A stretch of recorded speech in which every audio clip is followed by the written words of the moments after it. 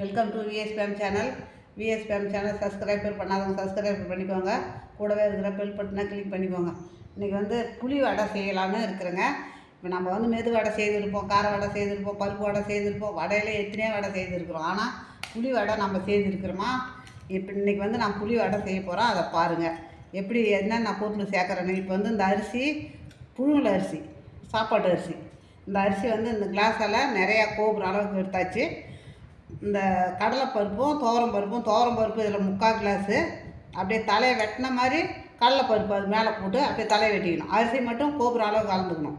அதே மாதிரி தான் நம்ம கிலோ கணக்கில் எடுத்தாலும் சரி, இல்லை வேறு எந்த அளவில் எடுத்தாலும் சரி, நீங்கள் அதை மாதிரி எடுத்துக்கோங்க. இதெல்லாம் 3 மணி நேரம் ஊற வச்சு தனித்தனியாக ஊற வச்சு எல்லாத்தையும் ஒன்றா சேர்த்துருக்குறேன். இப்போ துவரம்பருப்பும் கடலைப்பருப்பும் தனித்தனியாக, கடலைப்பருப்பு கால் டம்ளரு, துவரம்பருப்பு 3/4 டம்ளர். அதேமாதிரி அரிசி கோபுர அளவு புழுங்கல் அரிசி எடுத்துக்கினா, இப்போ அதுக்கு சின்ன வெங்காயம் ஒரு 100 வெங்காயம், சின்ன வெங்காயம் 100. நம்மளுக்கு காரத்துக்கு தகுந்த மாதிரி பட்டை மிளகா, ஜீரகம். இப்போ அதுக்கு தேங்காய். இப்போ வந்து ஒரு கெஸ்கா கொட்டை தெரியுமா? அந்த கெஸ்கா கொட்டை அளவுக்கு இந்த புளி இதுக்கு. இப்போ கறிவேப்பிலை, மல்லி. இப்போ இதை வந்து நம்ம ஒன்றா கலந்துக்கின்னு இதை வந்து தண்ணி இல்லாமல் ஆட்டணுங்க. தண்ணி ட்ராப் தண்ணி கூட இருக்கக்கூடாது. அந்த மாதிரி ஆட்டி எடுத்துன்னு வரணும். இப்போ நான் கலந்துக்கினேன், எல்லாத்தையும் ஒன்றா கலந்துக்கினேன். தண்ணியே இருக்கக்கூடாது. தண்ணி இல்லாத உப்பு வந்து நம்ம அரிசின்னு வந்து போட்டுக்கலாம். உப்பு இப்போ வேணாம் உப்பு. இப்போ இதை கலந்துட்டேன். இதை நான் எடுத்து போய் மிக்சியில் அரிசின்னு வரேன். ஏன்னா அதிகமாக போட்டால் கிரைண்டரில் போடலாம். இது கொஞ்சமாக இருக்கிறதுனால நம்ம மிக்சியில் போட்டுக்கலாம். இவ்வளோ கட்டியாக அரைச்சி பாருங்க. இவ்வளோ கட்டியாக அரைக்கணும். தண்ணியே இருக்கக்கூடாது. அதே தண்ணி ரவை கூட போடவே கூடாது. தண்ணி அதே தண்ணியில் மையணும். அதே கிரைண்டர் இருந்தால் கொஞ்சம் இன்னும் நல்லா வசதியாக இருக்கும். மிக்சியாக இருக்க கொஞ்சம் கஷ்டமாகிடுது. இப்போ உப்பு, இதுக்கு தேவையான உப்பு, கொஞ்சமாக பெருங்காயம். ஏன்னா பசங்க சாப்பிடுவாங்க, பெரியவங்க சாப்பிடுவாங்க. அதுதான்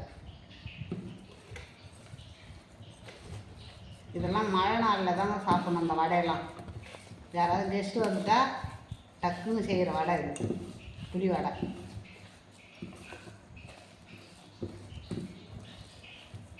அழுத்தமாக அப்படியே.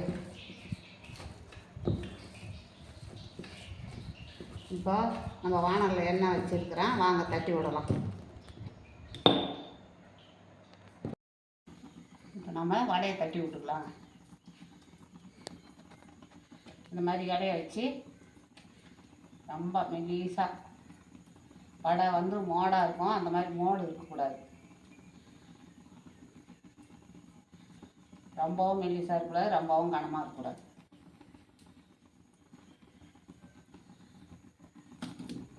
எண்ணெய் தடவணும்.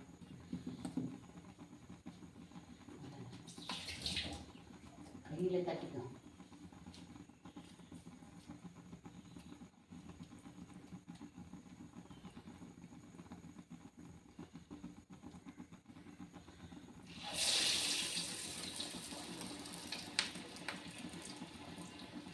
எண்ணெய் நல்லா காஞ்சிட்டு பாருங்க.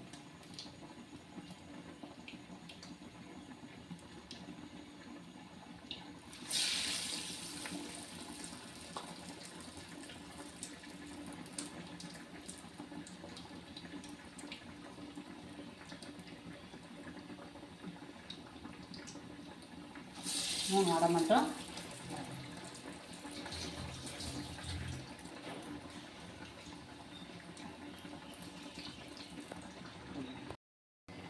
இப்போ பூரி மாதிரி வந்துருக்கு பாருங்கள்.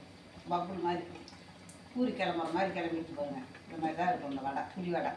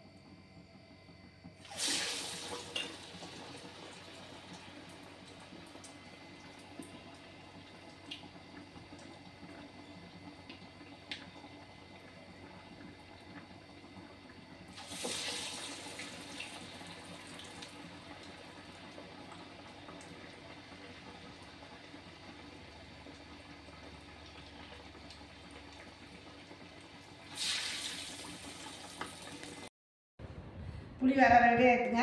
இந்த புளி வடையை செய்கிறதுக்கு என்னென்ன ஜாமான்லாம் சேர்த்தணும்னு தெரிஞ்சுக்கோங்க.